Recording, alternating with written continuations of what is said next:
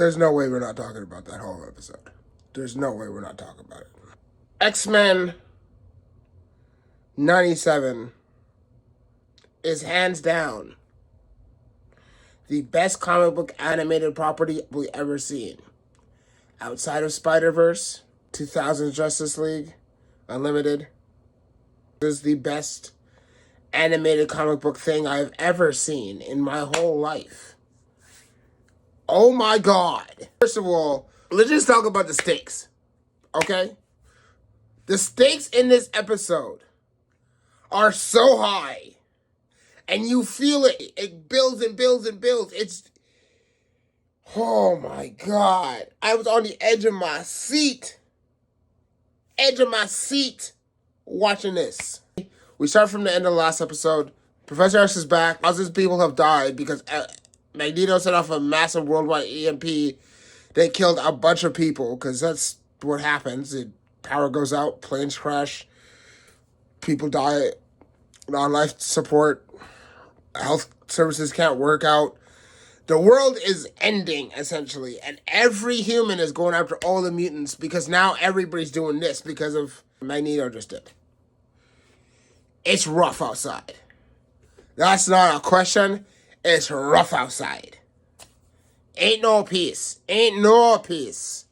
But on the upside, the team is back together. Storm comes back, flossing with Forge, like the true queen she is. Listen, if you don't get a dark-skinned African woman to play Storm in the freaking movie, I will riot. You understand me? I will riot. I'll come to your house, eh? Yeah, you, Mr. Feige, I'll find you. Everybody comes back together. Rogue wakes up. There's a plan concocted to how to stop Magneto. But, again, my personal opinion, why we only talk about Magneto? Like, they have to stop the plan is to get Magneto to turn the power back on. Half the X-Men have to go fight Bastion, and the other ones have to go reason with Magneto. This is why I don't really like Xavier as much as an adult as I did as a kid. Not that I was a really big fan of him anyway. It's because Magneto was right about everything. We've watched Magneto be right this whole season. Right? Magneto gives this conversation with Charles when he Magneto always has to flex how powerful he is. He's just like, oh, I need to talk to Charles. Let me just bring down all of Asteroid M to come say, hey, what's good, Noggle? Like, bro, it's the biggest, littlest flex for him. You know what I mean? He's like, I just shut down the world's power. The little flex for me is to bring an asteroid down into your aerospace to let you know I am playing these games. Right? Man's top tier flexer. Anyway, there's a conversation he's having with Xavier about why he's doing what he's doing. And then he explains how Leech died. We're throwing back to episode 5. And we saw Magneto try to save Leech and the Morlocks. And he's talking about how he had to watch Leech die, vaporized in his arms as he's trying to save his life. What is the justification to do anything for the humans? This is two Holocausts this man has lived through in his lifetime. And you want me to just make peace with these bitch-ass niggas? When you were out here dipping your dick into birdseed and shit, I was out here watching kids die. Don't come around here and talk to me about how I need to do right by them. You weren't here. So I agree with Magneto on that. But he's also going to kill everybody on the planet Earth if he doesn't do anything.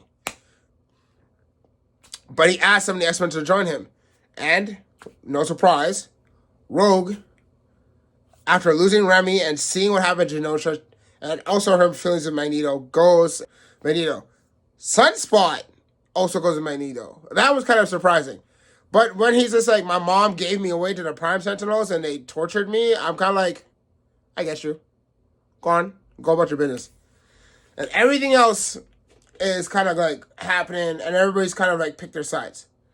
Also, shout out to foreshadowing to having Wolverine pop his claws 2 or 3 times in the episode before anything really go on. So, once we got to Asteroid M, I was like, oh no, I don't know if they're doing this, but we'll run that back. So they have to go to Muir Island, right? Which, if you don't know, Muir Island is a research facility run by Moira McTaggart before she was an evil cyborg killing machine in the new X-Men comics. That's something you're going to have to figure out for yourself. You have to go read the is it Kuroka or Carol Cohen? Either way, that new era of comics, X-Men right now, that is what you'll see what I'm talking about. You gotta go read those. Fire. Back to what I'm talking about. They get to Mirror Island. They suit up in their old suits.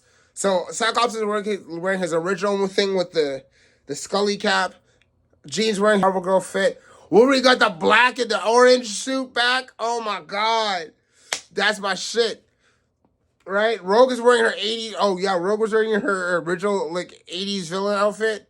Like, I love the throwbacks. Even Professor X is in the wheelchair for a bit from like the original comics. This is all super dope. And basically, they have a plan. There's blue team and gold team. And if you know the comics, blue team and gold team was when like they switched X-Men comics and counting X-Men comics. X-Men comics was blue team, or sorry, which was gold team, which was like Wolverine, Scott, Jean, Gambit. That was the original X-Men cartoon. That was the gold team comics. Blue team would have been like Storm, Bobby, Iceman, Archangel, Beast, all these other people, right? But they split it blue team, gold team with the characters they do have right now. So half of them go to Bastion to go fight, and the other half go up to Asteroid M. Listen, the way that Bastion is a credible threat, I gasped several times during this episode, right? And one of them was when I saw Bastion start his little Sentinel Island project up. The firepower, bro. Hundreds upon hundreds of Sentinels. Like old school giant Sentinels. All on his island. For half the X-Men to deal with. It's crazy, dude. But then Storm shows why she's that chick. You know what I'm saying? Storm has his heart-to-heart with Jean. Jean tells Storm, tell him to mind your weather, and then Storm tells Jean to weather your mind. It's really cute. And then Storm starts a whole, world-ending Class 5, meteorological event with a giant tornado with lightning happening at the same time. I'm pretty sure she's setting a hurricane up. Storm, yo, you gotta do Storm first for the X-Men, bro. Also, if you don't do Storm and Black Panther, I'm gonna have issues. I'm gonna have issues, Kevin. I'm talking to you, Kevin. Alright? That thing's going on right now. They get to the island. Jean, Beast, and Cable have these awesome moments fighting Sentinels. Jean and Morph. Morph turns into the Hulk cameo. Turns into Hulk. Jean telepathically, uses him like a weapon and, helps him jump up and, destroy the Sentinels, bro. He does this, she spins him at, top speed, and then he, knocks the head off a Sentinel. It's honestly, Morph in the original cartoon didn't seem that powerful. Now Morph is badass as hell. Morph is the shit. Morph is the actual shit. That's crazy. Cable shooting things.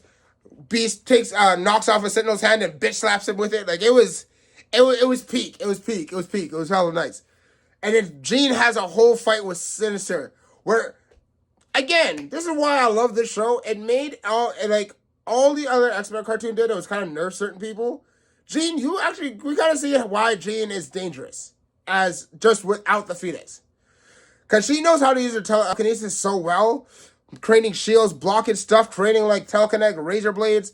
She hits Sinister with these with a power telekinetic punch and then super speed pool balls at his face. It's peak. Listen, I love what they're doing with every single character, right? But like everything else, eventually things start to turn. Storm gets hit. Blackbird gets hit by Sentinel. We don't know if they're right. I don't think they're going to kill Storm and Forge because that would just cheese everybody on planet Earth, and we're not doing that. Besides, they're not the casualties in this episode. Cable starts becoming controlled by Mr. Sinister, which if you think about it right now, that's probably something that's why Sinister wanted them to all be together, because now he has Cable, who finally in anything they shows how powerful telekinetically Cable is. Cable is, so without the virus, is the most powerful psychic on planet Earth. And he, like, unleashes on Jean, bro. Like, full power, like, yo. Flash over where, like, Scott and all of them are fighting Magneto, Rogan, and Sunspot. Scott sees Jean possibly die at the hands of his son, so he's out of the game mentally, right? This is also when everything starts to take a turn, and we're losing. Also, shout out to Magneto to covering Xavier's mouth and telling him to shut up after he starts making a stupid ass speech. Yeah, bro, nobody's trying to hear that shit right now. Shut up. Shut your face. Shut your face. Nobody want to hear that from you. They finally get Magneto's helmet off, and then I'm going to talk about this after, but Xavier tries to wipe Magneto's mind. Like, powerful psychic attack tries to wipe Magneto's mind. Magneto is pissed. He uses the same helmet, like, blocks off Charles' powers by putting it on him, and then it's about to kill Charles when Wolverine stabs Magneto in the back. Then we get, like, if you know X-Men comics, if you know this thing, you get this moment we already know was could have happened is happening. It's what it all felt like it was leading up to. Magneto says, fuck this shit. He does exactly what we've all been terrified that he was going to do one day.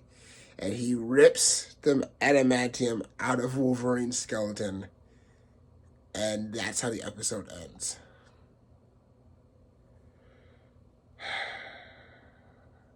I didn't think they were ever going to do that.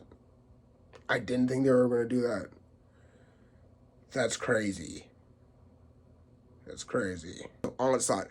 The whole thing that Xavier does when he tries to wipe Magneto's mind, he basically, well, it's now or is he going to do it after the thing? But basically it's up to the point where, like, Charles absorbs all of Magneto's darkness and then becomes Onslaught. Onslaught is damn near one of the most powerful, like, villains in all of the Marvel Universe. The powers of Magneto and Professor X together creates this gigantic psychic demon that essentially, in the comics, like, this is also, like, when I was reading these comics, I was also, like, at that age where I started to understand comics. I was a kid. I was probably, like, 7 or 8. But, like, this was the era that I got into X-Men, and, like, Onslaught was the scariest shit. He killed everybody, bro. The Avengers, he killed the Fantastic Four, he killed the Hulk, he killed Thor. Onslaught is no joke. Onslaught's no joke. So if they're setting this up for next season, oh my god, I'm so excited. Oh my god, I'm so excited. Because they could also potentially lead it into, like, Avengers versus X-Men, where the X-Men are trying to save Charles' life, and the Avengers are trying to stop Onslaught. And they need to kill Charles. So, I don't know what they're going to do, but it's looking nice. What they've done with this show so far is, as a comic book nerd, this is, like, my wet dream. I've nutted several times before I even, like, woke up this morning just because I was so happy. Like, I'm just saying. Pause. No Diddy. I love this show. I'm so sad it's ending next week. But, like, this is the best thing, again, Marvel has done in such a long time. The stakes are high. It's palpable. There's so much more storyline to draw from. There's so much more. This is still the 90s. They haven't even gotten to the 2000 stuff. Like, bro, X-Men is back. It's saving Marvel. Wow. All right, y'all. If y'all like this review, follow my channel, hit the subscribe button, hit the like button. Peace.